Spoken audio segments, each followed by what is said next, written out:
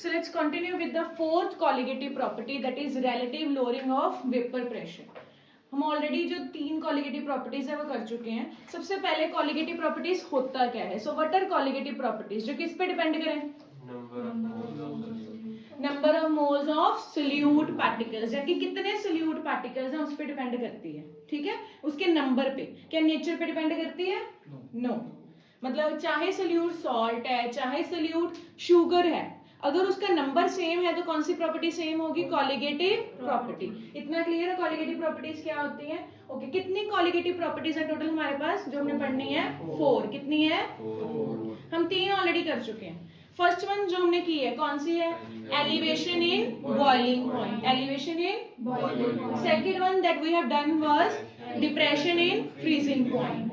And the third is osmotic pressure. Third is osmotic pressure. तो आज हम start करेंगे हमारी fourth colligative property, that is relative lowering of vapour pressure. Let's discuss the fourth colligative property, that is relative lowering of vapor pressure. Actually में ये जो property है it is similar to Raoult law. कौन से law से similar है? ये हमने ऑलरेडी Raoult law में कर चुके हैं हम ये. ठीक है, but those who haven't done it उनके लिए हम दोबारा आज रिपीट कर रहे हैं कि क्या होती है relative lowering of vapor pressure. So Raoult law भी इसमें आपका कवर हो जाएगा. जिन बच्चों का नहीं हुआ था cover, it will be covered again now. ठीक है, but the problem is ये जो है ना Raoult law 2 होते हैं. एक Raoult law for volatile solute, एक Raoult law for non volatile solute. ये वाला नॉन वोलेटाइल के लिए है. जो वोलेटाइल है वो भी अप्रोक्सीमेटली सेम ही है, इसलिए आपको दिक्कत नहीं आएगी. So let's study the topic Raoult law for non volatile solute in volatile solvent. अब ये है क्या? Raoult law साइंटिस्ट के नेम पे है. ठीक है, non volatile solute. What do you mean by word non volatile? कोई बता सकता है? नॉन वोलेटाइल मीन्स यस, जिसके वेपर्स नहीं बनते. जैसे कि नमक है, नमक कभी वेपर्स बनाता है? नो, वो तो मेल्टी होगा ना. शुगर है, शुगर वेपर बनाते हैं? नो. तो जिसके वेपर्स नहीं बनते उसको क्या बोलते हैं? Non volatile. क्या बोलते हैं? Non volatile. समझ आ गया? एंड वोलेटाइल सॉल्वेंट मतलब जिसके वेपर्स बने, जिसके वेपर्स बने उसको क्या कहते हैं? वोलेटाइल. जैसे पानी है, क्या पानी के वेपर्स बनते हैं? Give me answers. यस. ठीक है, पानी के वेपर्स बनते हैं ना. अगर आप यहाँ पर पानी गिरा दोगे तो क्या वो अपने आप सूख जाएगा ना थोड़ी देर बाद? यस, क्योंकि इवेपोरेशन हो जाती है, उसके वेपर्स बनते हैं. सो यहाँ पर केस क्या है? हमने सोल्यूट कौन सा रखा है? Non volatile. एंड सॉल्वेंट कौन सा रखा है? वोलेटाइल. आप इसको ऐसे इमेजिन कर सकते हो कि सॉल्वेंट आपका पानी है एंड सोल्यूट कौन सा है? जैसे नमक या चीनी, क्योंकि उसके वेपर्स नहीं बनते. पहले बात समझ आ गई इतनी? सोल्यूट कौन सा है आपका? Non volatile. एंड सॉल्वेंट कौन सा है? वोलेटाइल. इतना क्लियर है? अब मैंने आपको फर्स्ट डे बता दिया था कि हम ऑलवेज सोल्यूट को कैसे रिप्रेजेंट करेंगे? बी से. कैसे रिप्रेजेंट करेंगे? ये इजी रहेगा through out the chapter numerical वगैरह सॉल्व करने के लिए, अगर हम सोल्यूट को हर बार बी मान के चले. Otherwise you will be confuse in the formulas. Distillation type नहीं, डिस्टिलेशन टाइप नहीं, वैसे बी एंड ए सिंबल दिए हैं इसमें, इसमें और कुछ नहीं है. ठीक है, सोल्यूट को क्या मान के चलेंगे? बी. एंड सॉल्वेंट को क्या मान के चलेंगे? ए. अब समझते हैं इसमें होएगा क्या. सबसे पहले आप ये मान लीजिए कि यहाँ पर ए है. क्या है? बीकर में एक ए. एंड बीकर मैंने ऊपर से क्लोज किया हुआ है. Can you see? ठीक है, अब जो ए है, ए हमारा क्या है? Volatile solvent. क्या है? वोलेटाइल मतलब इसके वेपर्स बनेंगे. सो ये देखिए बीकर के ऊपर इसके क्या बनने शुरू हो चुके हैं? वेपर्स. क्या बनने शुरू हो चुके हैं? वेपर्स. अगर बीकर के ऊपर इसके वेपर्स बन रहे हैं तो जितना इसका वेपर्स का प्रेशर होगा उसको क्या बोलेंगे? P not a. क्या बोलेंगे? अब आप इमेजिन कीजिए कि पानी है, एक बीकर में बंद है पानी. ठीक है, और उसके ऊपर क्या बन रहे हैं? उसके वेपर्स. और वेपर्स जो है वो क्या जनरेट करते हैं? प्रेशर. सबको पता है प्रेशर जनरेट करेंगे, क्योंकि गैस का काम ही यही है, वेपर्स का काम ही यही है.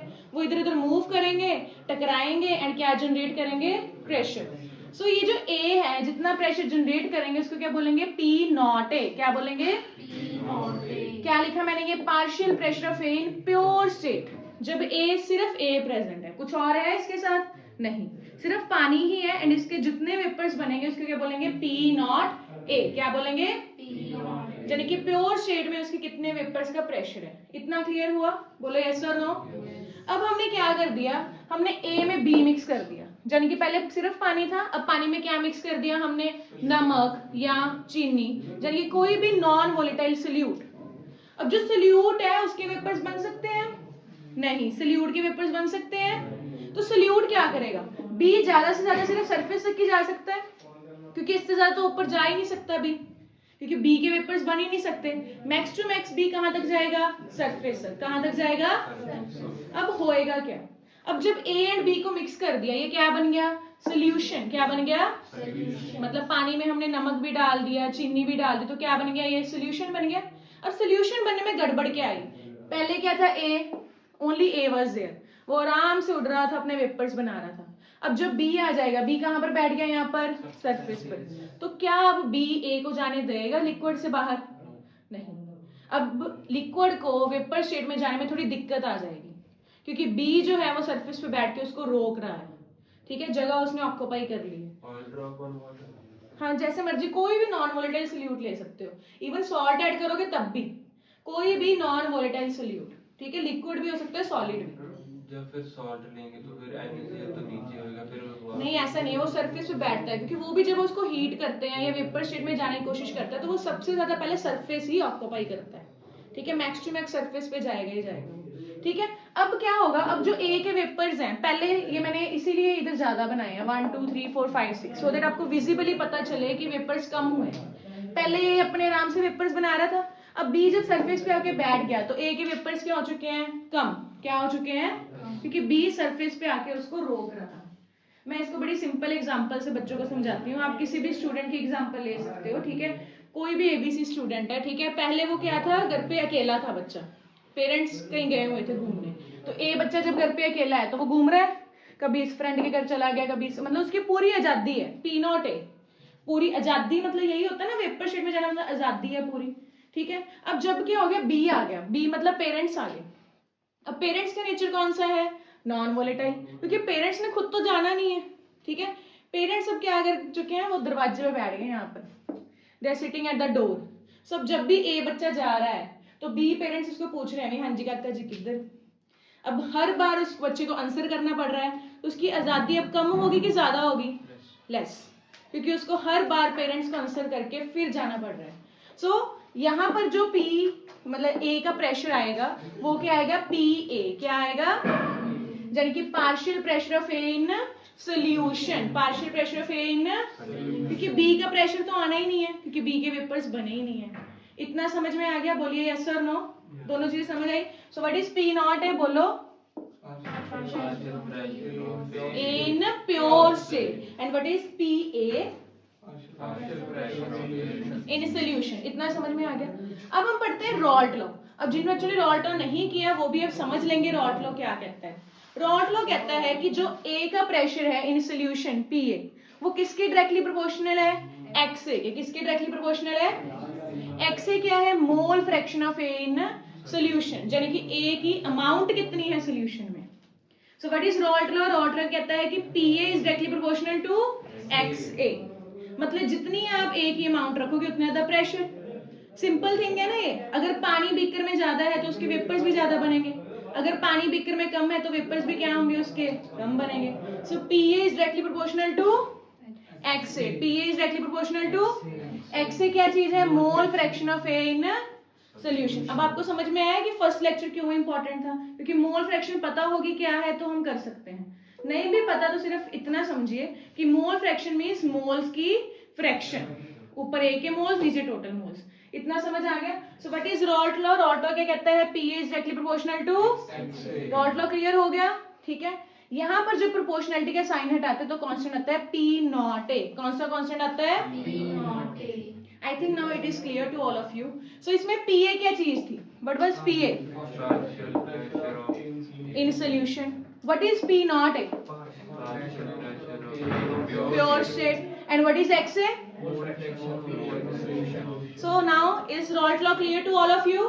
Similarly जो Rault law कहता है कि अगर PA is equal to P0 A XA है तो PB किसके इक्वल होगा, P0 B XB।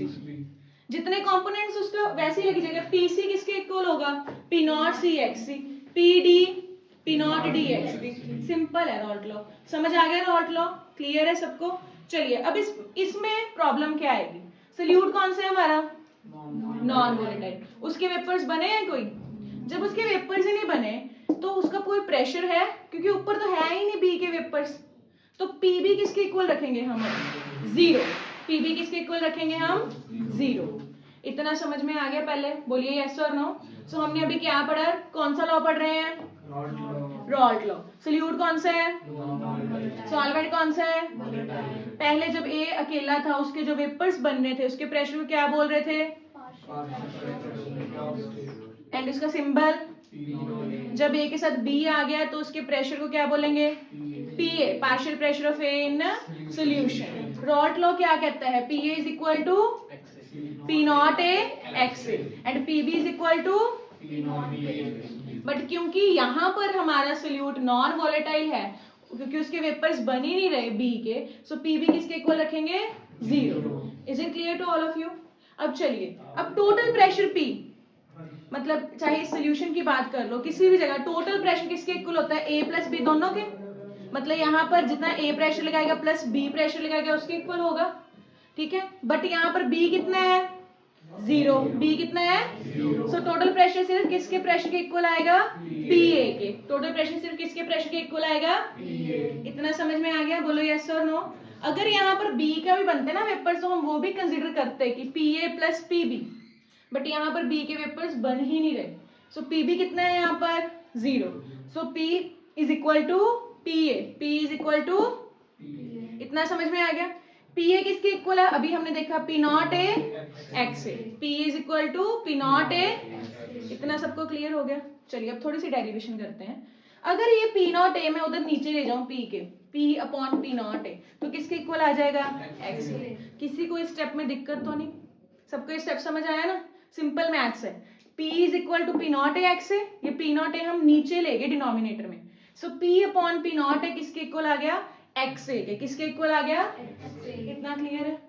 अब द प्रॉब्लम इज हमें जो यहाँ पर मोल फ्रैक्शन चाहिए ना वो सोल्यूट की चाहिए होती है। किसकी चाहिए होती है? तो वो कैसे पुट करें वैल्यू? हम सबको पता है, हमने जो लेक्चर था मोल फ्रैक्शन वाला उसमें कवर किया था कि मोल फ्रैक्शन का सम हमेशा क्या होता है? 1। जितने भी कंपोनेंट्स हैं यहाँ पर, कितने कंपोनेंट्स? सिर्फ ए एंड बी।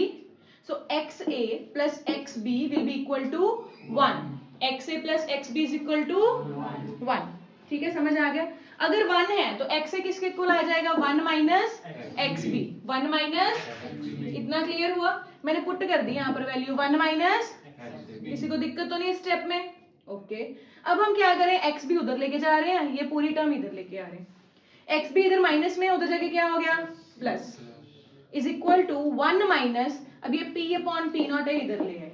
किसी को दिक्कत तो नहीं? एक्स भी उधर जाके क्या बन गया? प्लस का। ये पूरी टर्म इधर आ गई 1 minus P upon P not A. इतना क्लियर है? अब हम लेंगे इसके एलसीएम। जब एलसीएम लिया नीचे क्या रहा? पी नॉट ए, ऊपर क्या आ गया? P not A minus P. P not A minus. अब यही आपका फाइनल फॉर्मूला है, that is X B equal to P not A minus P upon P not A. जो बच्चे ये वाली डेरिवेशन नहीं करना चाहते you can totally skip it, क्योंकि कोई डेरिवेशन आपको एटलीस्ट सीबीएसई में तो नहीं आती, पंजाब बोर्ड में आ सकती है, आईसीएसई में भी नहीं आती ज्यादा, ठीक है। बट पंजाब बोर्ड में डेरिवेशन वगैरह, क्योंकि तुम लोग को थ्योरी क्वेश्चन ज्यादा आते हैं तो पंजाब बोर्ड में आ सकती, सीबीएसई के ज्यादा कंसेप्चुअल आएंगे, तो इसीलिए आपको डेरिवेशन नहीं आती। बट फिर भी आई डोंट थिंक सो कि ये लीव करने वाला काम है, ये है तो ईजी है। तो अगर आपके कंसेप्ट स्ट्रॉन्ग होंगे तो आपको कंसेप्चुअल से यहाँ पर फॉर्मूला क्या बन चुका है? X B is equal to P not A minus P upon P not A. अगर आपको सिर्फ याद ही करना है, you can just remember this formula, that is X B is equal to P not A minus P upon P not A. X B यहाँ पर क्या चीज है? Mole fraction of solute. मैंने पहले ही बोला था कि बी को हम सॉल्यूट मान के चलेंगे, सो इस बात का आपको खास ध्यान रखना है कि इधर वाली साइड एक्स बी ही रखना है। मोल फ्रैक्शन किसकी रखनी है आपको? सॉल्यूट की। किसकी रखनी है? अब इधर वाली साइड क्या है? P not A minus P. P not a ये रहा, माइनस क्या कर दिया हमने? पी मतलब टोटल, मतलब इसको बोलते हैं lowering of vapour pressure. P not a मतलब जब अकेला ए था उसकी कितना प्रेशर था, माइनस पी मतलब जब ए प्लस बी इकट्ठे हो चुके हैं, मतलब जब ए अकेला था उसकी कितनी आजादी थी, माइनस जब पेरेंट्स आ चुके हैं तब उसकी आजादी कम हो चुकी है। तो कितनी आजादी कम हुई है? That is known as lowering of आजादी, यानी कि लोअरिंग ऑफ वेपर प्रेशर। इतना क्लियर है? अगर हम इसको फिर से पी नॉट ए के साथ डिवाइड कर देंगे वो रिलेटिव टर्म बन गई, that is relative lowering of vapour pressure. Clear है? सो ये पूरा फॉर्मूला किसका है, Raoult law for non volatile solute in volatile solvent. And end पे क्या निकल के आया हमारा result, that XB is equal to, बोलिए, P0A। इसके न्यूमेरिकल्स वगैरह सॉल्व करेंगे एंड इसको क्या बोलते हैं, relative lowering of vapour pressure. अब मैंने आपको पहले ही बताया था कि हर कॉलिगेटिव प्रॉपर्टी के एंड में आपको प्रूव करना है कि why it is a colligative property. अब कॉलिगेटिव प्रॉपर्टीज होती क्या है, जो किस पे डिपेंड करें, तो आपको directly number of moles of solute के प्रूव करना है। मैंने फिर से फॉर्मूला लिख लिया, P0A minus P upon P0A is equal to XB। XB को इलेबोरेट करो, क्या होता है XB, NB upon Na plus NB। ठीक है, अब जब यहाँ पर NB upon Na plus NB लिख दिया, ये रिलेटिव लोअरिंग किसके डायरेक्टली आ चुकी है, NB के, किसके डायरेक्टली आ चुकी है, यानी कि number of moles of solute, number of moles of, and यही होती है colligative property which is directly proportional to number of moles of solute particles, hence it is a colligative property. So is the topic clear?